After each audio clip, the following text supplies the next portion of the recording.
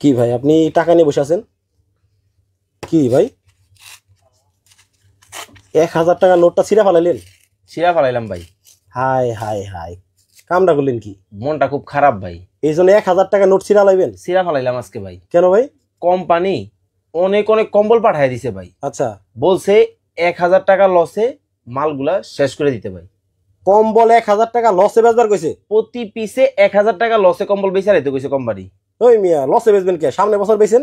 আমিও ভাই কোম্পানিরে বলছে না এই বছরই বেচতে হইব, 1000 টাকা লসে বেচতে হইব বিদেশি কম্বল। 1000 টাকা লসে? দেখেন কামটা করলেন কি?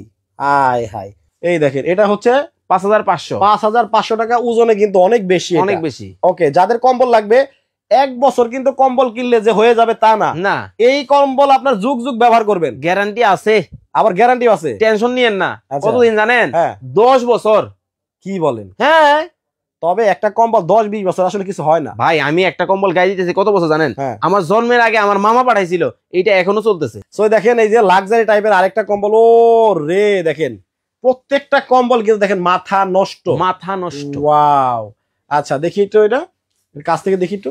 এই যে ধরে দেখেন মনে হচ্ছে একবার স্বর্ণ দিয়ে বাধাই করাইছে কম্বল, বাপ রে বাপ। গ্লেজটা দেখেন। ওফ, না আসলে কিন্তু অনেক সুন্দর। হুম, হ্যাঁ। দেখেন প্রত্যেকটা কালার খালি দেখেন, একেবারে দেখেন